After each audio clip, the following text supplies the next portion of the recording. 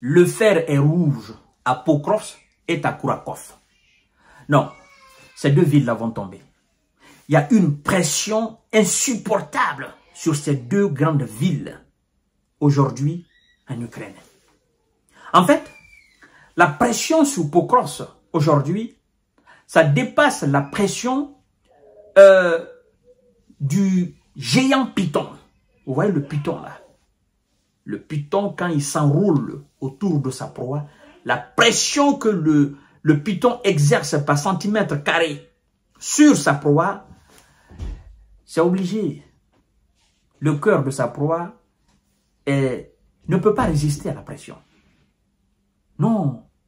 Donc, en fait, c'est la même pression aujourd'hui que les forces de M. Vlado sont en train d'exercer sur les éléments de M. Vlado, sur M. Zelensky et les merceaux dans la localité de Pokrovsk et de Kourakov.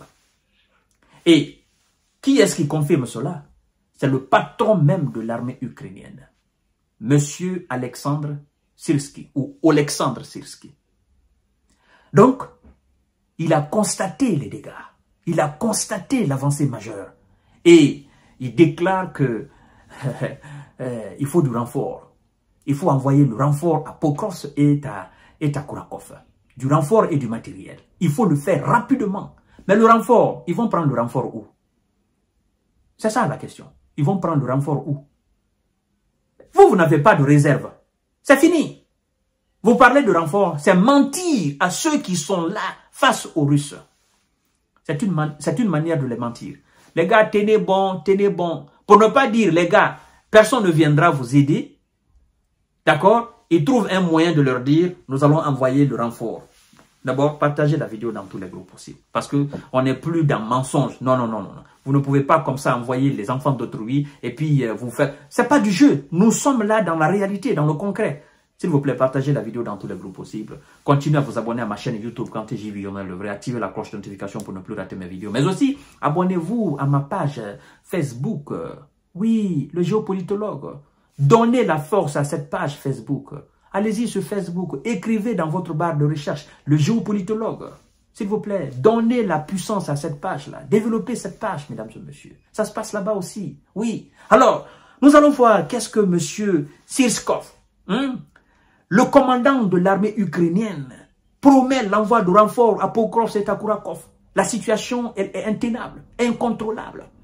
Les éléments sont en train de crier partout. Il faut du renfort, il faut du renfort, il faut du matériel. On ne peut pas, le nombre nous dépasse.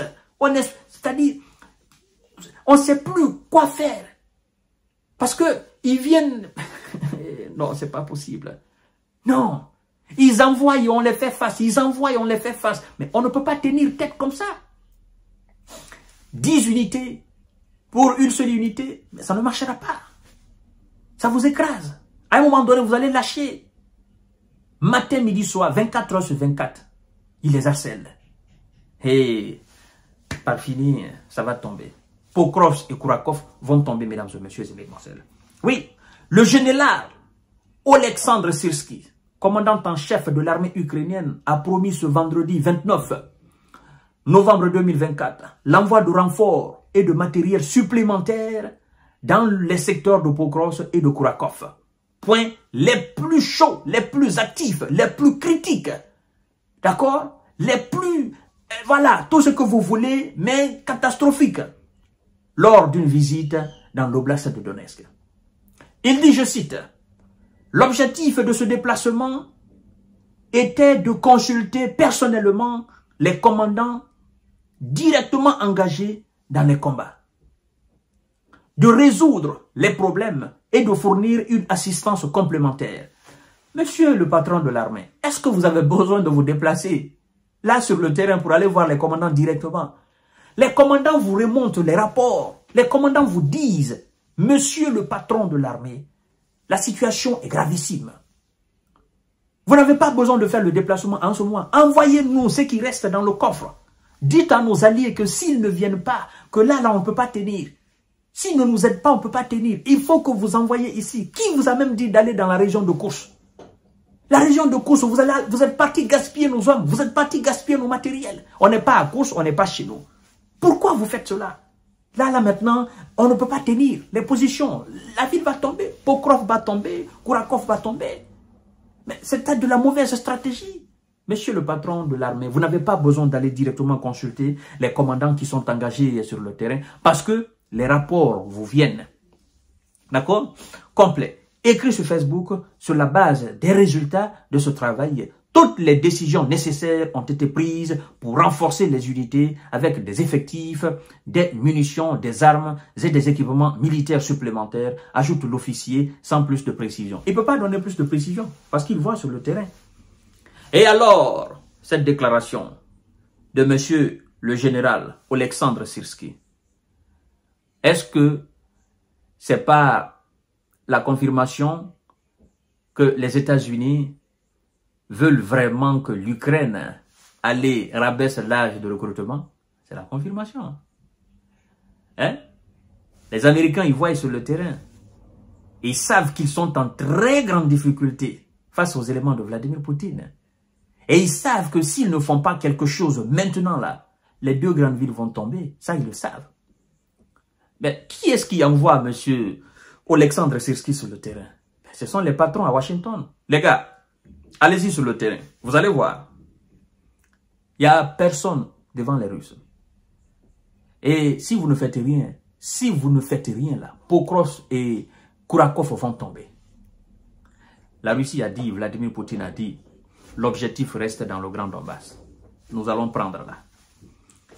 Et comme vous savez, à chaque fois que la Russie met le cap sur une zone en Ukraine, depuis le début, la zone là tombe.